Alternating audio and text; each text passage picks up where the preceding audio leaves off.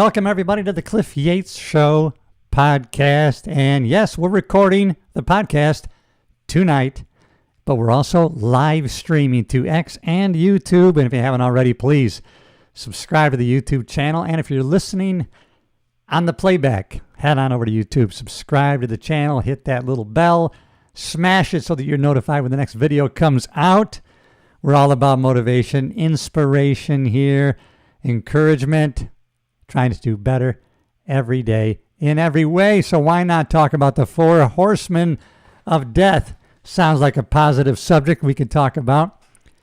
But I want to talk about the four horsemen because I tried to combat these four horsemen the best I can. It has a lot to do with longevity. And when I talk about longevity, and I follow a doctor, he's not my personal doctor, but he is my YouTube doctor, Dr. Peter Attia, and he has focused his whole practice now on longevity, trying to get to those decades that seem to limit us when we want to, in the most way, be able to get up and down off the floor, play with grandchildren. And so he calls it training for the centenarian decathlon, when we're 100 years old, getting ready to compete. And so he is focused on all things longevity, and he's made several videos on the four horsemen. The four horsemen of death. Who are they? What are these four horsemen? Well, the number one horseman, he's the top wrangler. That guy, number one, is the cardio and cerebral vascular disease horse. And he's the number one wrangler because cardio and cerebral vascular disease is the number one killer of men and women in the United States today, and it has been for quite a long time, actually worldwide. That's right, men and women. You would think sometimes you hear a lot about breast cancer and raising money for breast. You would think for women it must be breast cancer. No, it's still heart disease along with men. That's the number one horseman right there, the killer. Not far behind, and number two is cancers. And that's a wide array of cancers. But we lumped them all into one for today. So one, we got cardio and cerebral vascular disease. What is that? That's heart attacks and strokes. And if you've survived a heart attack or a stroke incident, consider yourself lucky. And decide what you're going to do from this day forward, because 50% of all people who have a heart attack, it's immediately fatal. They die. Half of all people that have heart attacks, they don't make it. They die. So if you survive that, you can make some changes going forward. Now, some things we can't control. They're genetic, but other things we can control. Now, Dr. Peter Attia, he's had many patients. They've had one of these incidents of heart disease, heart attack, and they've made the decision going forward. They lost the weight. They quit the smoking. They changed their diet. They're exercising regularly, keeping track of the things that combat them. And they've gone on, he said, several patients gone on 30, 35 years of life after they had these incidents of heart attack and or stroke. Some of them were in their 60s. They lived into their 90s because they made the changes that they needed to make. And no matter where you are, you can make those changes. So one, heart attack, stroke. Number two are the cancers.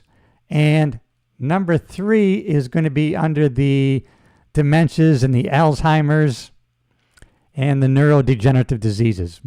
Most of it deals with Alzheimer's disease, but there's a lot that falls under that umbrella of dementia.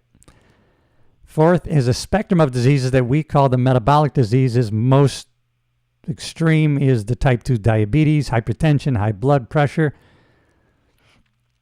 and, fatty liver disease, insulin resistance, right along that spectrum.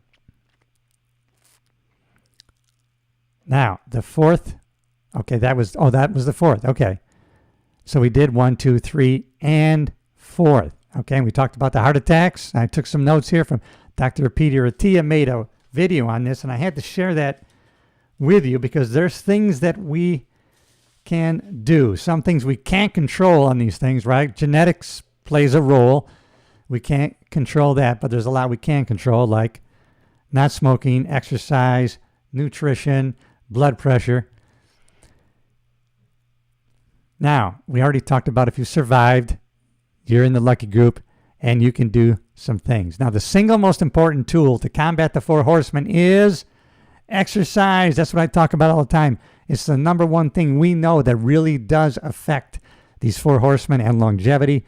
And when we're talking about longevity, we're really not just talking about lifespan. We're talking about health span. So we just don't want to add years to our life. We want to add life to our years.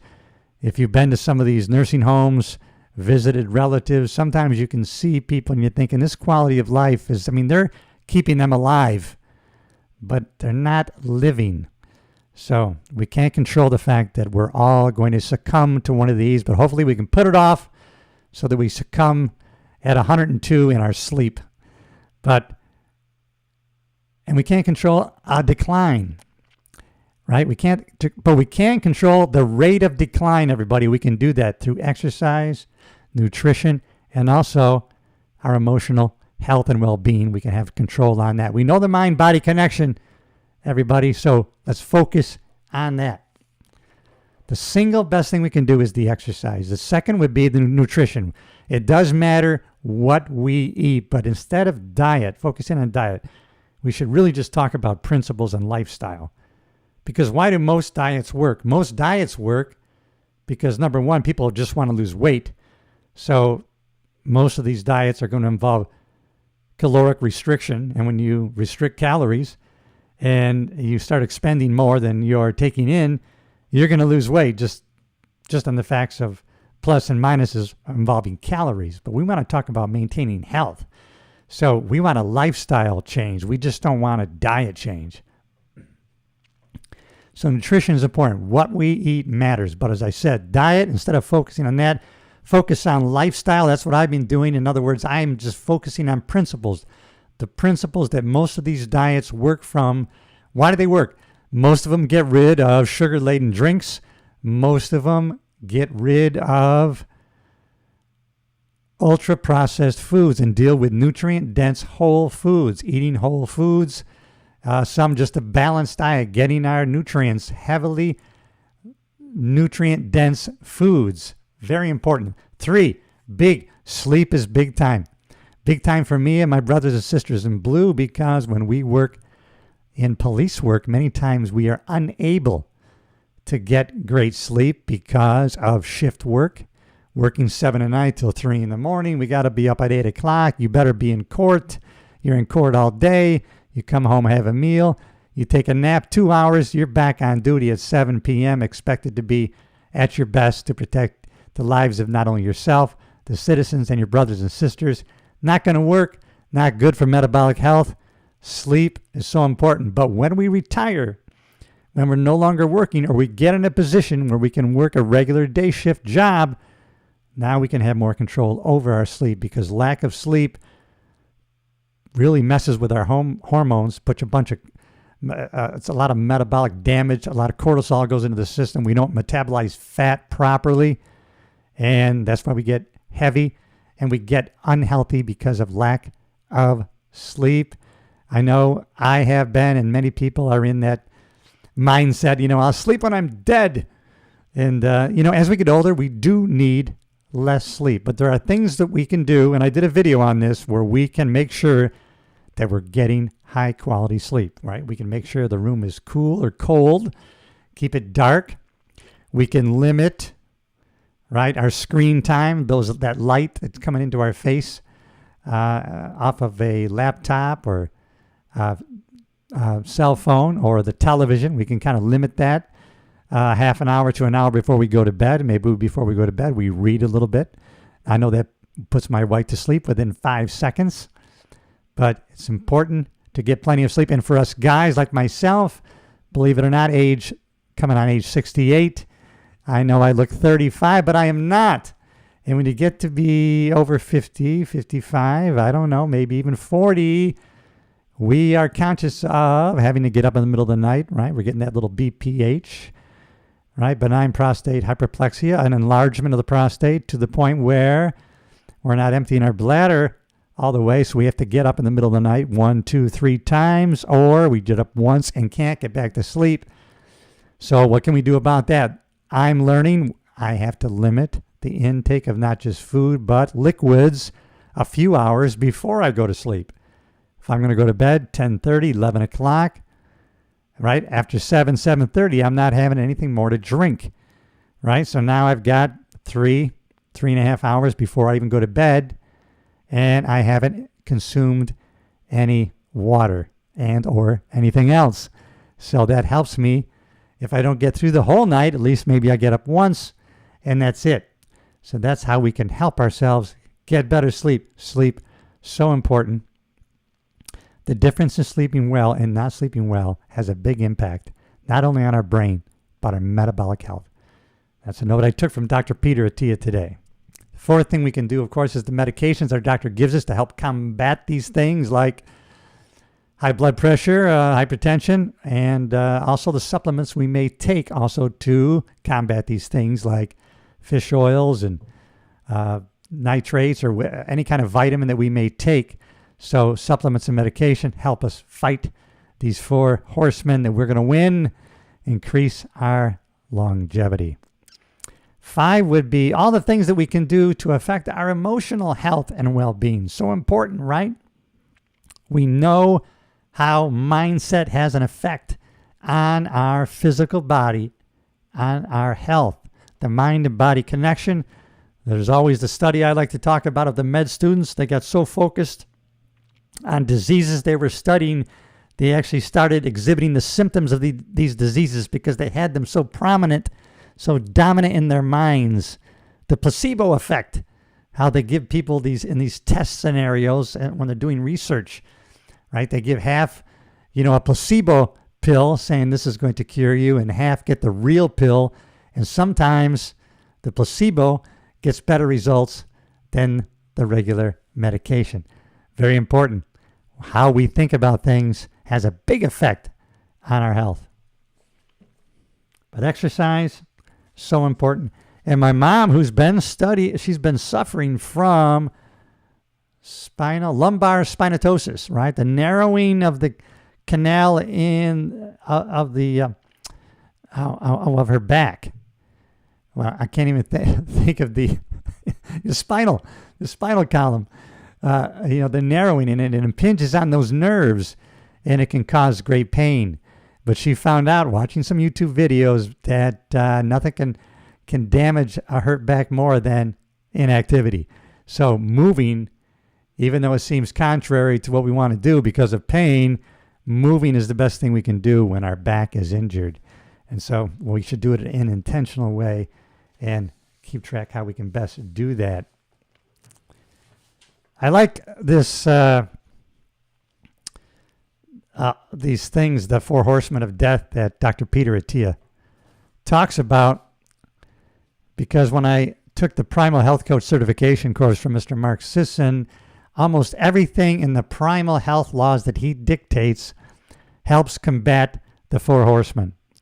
And I've talked about these before, but these are so easy and simple to do. Number 1 is, as I've talked about before, nutrient-dense foods. So eat meat, fish, fowl, eggs, fruits, vegetables, nuts, and seeds. Easy. All you have to stay away from is grains, sugars, chemically altered oils. Now, I still get my fix every once in a while, and I do have a piece of dark chocolate, sometimes twice a day. I do 85% cacao, and I've gotten used to it. I actually like it. That satisfies my sweet tooth.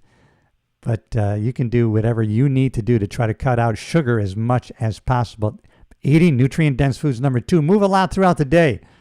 I had to learn that lesson because I was working out consistently. I have been for 50-some years, which has served me really well. But I sometimes got in the habit of getting my workout in, and then the rest of the day I was pretty inactive. No, we need to keep moving throughout the day.